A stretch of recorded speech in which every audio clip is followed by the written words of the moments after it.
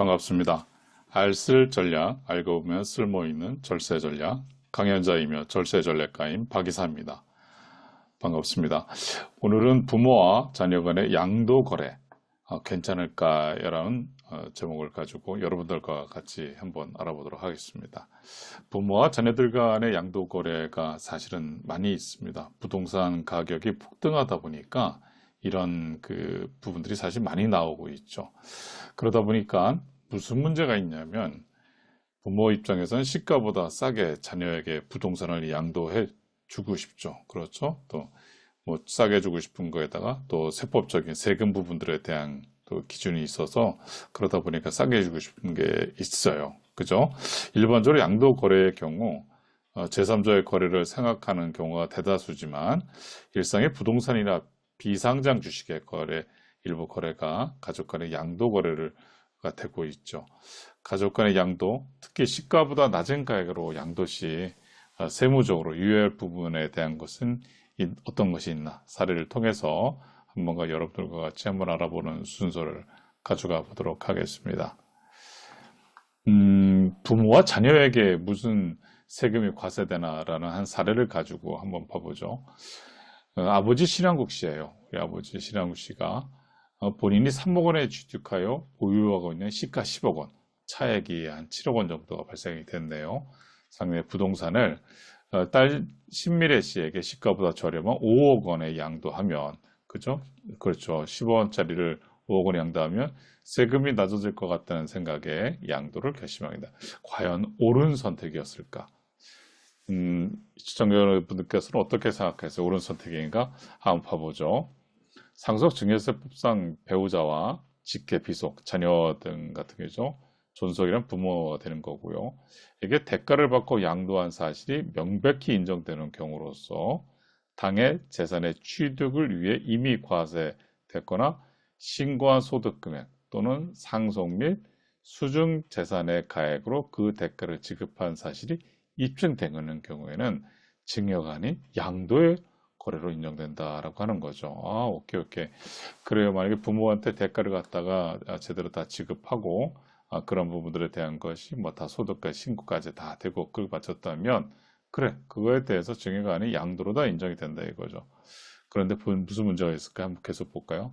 시가 10억 원의 집을 제3자와 거래 시 경제적 합리성을 가진 사람이라면 최소한 시가 10억 원 가격으로 거래한 것이 정상이지만 자녀와 거래 시에는 시가 이하의 금액으로 양도한다 하더라도 요거 더 낫네요. 단지 양도 가액에 해당하는 현금성 자산의 이득만 있을 뿐 가족 구성원 전체의 경제적 실질은 변함이 없는 형태가 되는 거. 오케이, 그건 무슨 말인지 알겠어요. 자조건에 주고받은 거니까. 하지만 10억 원의 재산을 5억 원에 양도하면 양도 차액이 아까 취득가액이 3억 원이었으니까 그렇죠. 그럼 취득가액 3억 원이었으니까 양도 차액은 7억 원이죠. 근데 만약에 이게 5억 원에 넘겨버리게 되게 되면 결국은 2억 원으로다가 줄어들게 받게 안 되네요. 그렇죠. 거래 비용이 양도소득세가 감소하기 때문에 저가 양도에 대한 유인이 생기고, 그렇죠. 원래는 7억 원을 가지고서 양도 차익이 발생되니까 국가는 그거에 대해 가지고 이제 할 텐데 5억 원에 서로 이제 저거 한다 그러면 결과적인 건 3억 원에 취득하는 거니까 2억 원밖에 안 되는 게 형태가 되겠네요. 그렇죠. 그래서 이런 부분들에 대한 문제가 발생되겠네요. 오케이. 세법에서는 해당 유인 규제를 하고자 특수관계자와 거래 시 시가 거래 차액이 5% 이상, 시가의 5% 이상이니까 여기 이제 시가가 10억이니까 5천만 원이 되겠네요. 5천만 원 이상이거나 3억 원 이상의 경우에 한해 양도가액을 시가로 계산하도록 정하고 있다. 이게 무슨 말이냐면은 뭐 뒤에서도 다 나오겠지만 그런 거가 되는 거죠. 뭐냐 그러면 우리가 이게 10억 원 부분들에 대한 거예요. 그런데 10억 원이 시가야. 10억 원이 시가인데 그 시가에 대해서 5%, 5천만 원이 되겠죠. 이거나 3억 원 이상인 경우, 그렇죠? 경우에 한해서 양도가액을 시가로 계산하도록 보겠다라고 하는 거죠. 이상일 경우, 여기 중요한 이상일 경우. 그러니까 지금 현재는 뭐냐 그러면 5천만 원이나 3억 원 이상이 얼마? 5억이잖아요. 그렇죠. 그러니까 이거에 대해서는 양도가액 부분들에 대한 것을 가지고 뭐 5억이나 이렇게 볼 게 아니라 10억 원을 놓고 보겠다라고 하는 얘기가 명확하게 나와요. 즉 아버지 신한국 씨와 딸내미 신미래 씨가 양도가액을 5억 원으로 계약서를 작성하고 실제 대금을 지급했다 하더라도 시가와 거래가액의 차액이 5억 원이 시가의 5% 5천만 원 나오네요. 또 3억 원을 초과했기 때문에 그렇죠. 이 5억 원이 이 두 가지 사항에 대한 거를 다 초과했기 때문에 아버지 신한국 씨에게는 양도가액이 10억 원 이상, 10억 원으로 계산돼 양도소의 절금 혜액이 이익이 없다는 뜻이다. 그렇죠. 아버지 부분들에 대한 것은 오히려 뭐 아무런 부분들에 대한 것이 없는 형태가 되는 거죠. 그대로 다 내야 되는 형태가 되는 거네요. 위 예시처럼 아버지 신한국 씨의 시가가 10억 원인 부동산을 딸내미 신미래 씨가 5억 원의 대가를 주고 매입했을 경우와 시가와 대가의 차액이 5억 원은 실질적으로 증여받은 것과 동일한 효과가 나타나게 되는 거죠. 그렇죠. 10억 원짜리를 5억 원에 샀으니까 사실은 뭐냐면 증여받은 거랑 동일한 효과가 되는 거죠. 상속 및 증여세법에서는 특수관계인 간의 재산을 시가보다 낮은 가격으로 양수했을 때게, 그렇죠. 낮은 가격으로 사게 되게 되면 그 대가의 차액의 시가의 30%, 그러니까 시가의 30%니까 3억 원이냐, 또는 3억 원 중 같은 금액이냐, 금액보다 클 경우, 그러니까 3억 원보다 클 경우에 있어서는 그 금액을 자녀의 증여재산가라고 하도록 정해져 있다. 만약에 이렇게 해서 시가의 30%, 그러니까 여기는 10억 원이니까 3억 원이고, 또 3억 원 중 적은 금액, 여기는 각 금액이 또 당연히 같은 거니까, 보다 큰 경우, 그럼 5억 원이 더 크잖아요. 그렇죠. 이거는 그러니까 결과적인 게 뭐냐 그러면 증여로 다 보겠다라고 하는 그런 얘기가 나오게 되는 거네요. 그죠? 이 차액 부분들에 대한 거를 가지고서 뭐로 보겠다? 증여로 보겠다라고 하는 그런 얘기를 여기서 명확하게 나오게 돼 있네요. 오케이. 그런 부분들에 대한 거를 가지고 여러분들과 같이 한번 보면 될 것 같아요. 자, 증여재산 가액은 시가 우리 10억 원이었죠. 백이 양수대가 5억 원. 그러니까 여기 5억 원이었죠. 거기에 시가의 30% 3억 원. 그렇죠? 또 3억 원. 그러니까 아까 여기에 5억 원, 여기에 3억 원. 그러니까 그 차액이 2억 원이 되네요. 그렇죠? 증여재산가액은 2억 원으로 보겠다는 거죠. 그러면 따라서 딸 신미래 씨는 2억 원. 그렇죠. 2억 원은 증여재산가액으로 계산돼 2억 원에 해당하는 증여세가 부과된다. 2억 원에 대한 증여세가 얼마인가요? 20% 부분들에 대한 구간이니까 어떻게 되겠냐? 4일에 3천만 원 나오겠네요. 그렇죠? 자, 그러나 저가 양수에 대한 증여재산가액 계산이 시가와 대가의 차액에서 30%, 3억 원에 해당하는 부분이 차감돼 증여세가 줄어드는 효과가 되네요. 그렇죠. 그러니까 증여재산가액이 시가 대가에서 차액 부분에서 3억 원이 공제가 됐네요. 그렇죠? 만약에 이게 공제가 안 되고 그대로 다 10억 원이 그냥 넘어갔거나 5억 원을 그대로다가 다 해서 했다고 쳐봐요. 그렇게 되게 되면 뭐 최소한 6천만 원 이상 부분들에 대한 건 충분히 줄여주는 효과가 되겠네요. 그렇죠? 그렇게 되는 형태가 되는 거죠. 5억 원만 하더라도 결과적으로 세금 부분들에 대한 것은 한 9천만 원 돈 해가지고 또 해가 나오게 되는 거니까 그 정도 부분들에 대한 절세 효과는 충분히 갖고 올 수 있네요. 그래요. 이런 방법이 있어서 절세 효과를 가지고 오는 것도 있네요. 그죠? 맞습니다. 자, 자녀에게 그러면 자산의 양도 시 주의할 점이 뭔가를 갖다만 알려줘 보죠. 자녀에게 양도한 재산은 그 재산을 양도한 때에 그 재산의 가액을 자녀가 증여받은 것으로 추정하도록 되어 있고 해당 거래 내역은 국세청의 전산자료에 100% 포착된다.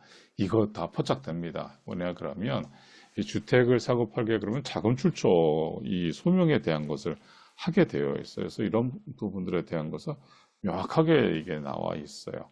증여관이 양도 거래로 인정받기 위해서는 납세자가 양도 거래라는 사실을 입증해야 해요. 맞아요. 그런 게 이게 바로 자금 출처에 대한 이 소명할 적에 여기 나오네요. 대가를 지급한 사실을 입증할 수 있는 객관적 금융자료, 2차 확인서, 2차 확인서도 그렇지만 자녀 등이 지급한 대금에 대한 이 자금 출처, 이 신고 소득이 준비가 돼야 돼요. 그래서 요즘에는 그 비상장 주식회사 부분들에 대한 것에 아주 충분히 활용하죠. 자녀들을 비상장 부모님이 운영하시는 비상장 주식회사가 있다 그러면 거기를 충분히 활용을 해가지고 이 자금 출처 부분들에 대한 거를 아주 소명을 만들어줘요. 그래서 이 서울 강남 쪽에 이 공인중개사 사무실에 가서 이 집을 거래되는 아파트의 내용들 보게 되게 되면 거기에 보면 이 배당, 여러 가지 자금 출처, 종합소득 어떤 거 항목 이런 내용들이 쫙 적혀져서 이 국토부에 제출하게 되어 있어요. 자, 또한 보충적 평가 방법과 시가의 차이가 크고 고가인 비주거용 부동산 및 나제지의 경우 국세청이 직접 감정평가 의뢰한 가액을 시가로 적용할 수 있기 때문에 시가 변동 가능성이 유의한다. 아, 그래요, 맞아요. 여기에 이제 나대지 이 부분들 있잖아요. 대지, 나대지. 대지는 말 그대로 건축물 같은 것이 있는 거고, 나대지는 아무것도 없는 부분들에 대한 거죠. 어느 분이 물어오셔서 그건 짧게 설명드렸어요. 오케이. 자, 이게 이런 부분들에 대한 거, 이거 해가지고선도 절세 형태 포인트도 가네요.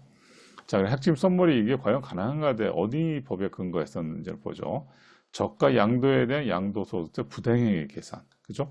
매도자인 부모의 입장에서 저가로 주고 싶잖아요. 또 특수관계인에게 시가보다 낮은 가격. 그렇죠. 시가와 거래가액의 차액이 3억 원 이상인. 아까는 얼마? 5억 원이었잖아요. 시가에 얼마? 시가가 5천만 원인데 이거 부분들에 대한 이거보다 훨씬 높은 거잖아요. 자산을 양도하면 조세의 부담을 부당하게 감소시키는 것으로 인정되는 경우에 해당되어 양도가액을 시가에 의해서 계산한다. 그러니까 10억 원으로다가 계산하겠다라고 하는 그런 형태가 되죠. 그런데 이 부분들에 대한 것을 가지고 특수관계인 간의 재산을 시가보다 낮은 가격으로 양수하거나 시가보다 높은 가격으로 양도하게 되거나 이 고저가 양수도 부분들에 대한 얘기를 말하는 거예요. 대가와 시가의 차액이 기준금액 시가의 30% 3억 상당하는 또 3억 이상일 경우 그래요. 아까 그랬었죠. 우리 5억 원이니까 대가 시가의 차액에서 기준 금액을 뺀 금액을 얼마에 3억 원을 빼는 거죠. 그렇죠? 그 이익 얻은 자의 증여자산가액으로 한다.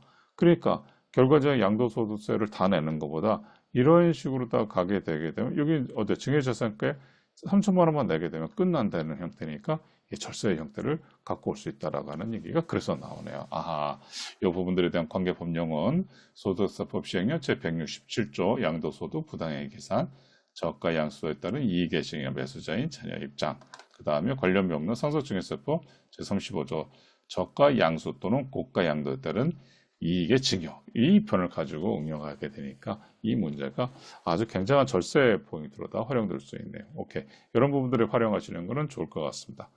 다음 시간에도 여러분들과 같이 더 좋은 내용 가지고 우선 찾아뵙도록 할 텐데 여러분들 구독, 좋아요 해서 다음 시간에 또 부탁드리고 다음 시간에도 또 여러분들과 같이 찾아뵙도록 하겠습니다. 다음 시간에 뵙겠습니다.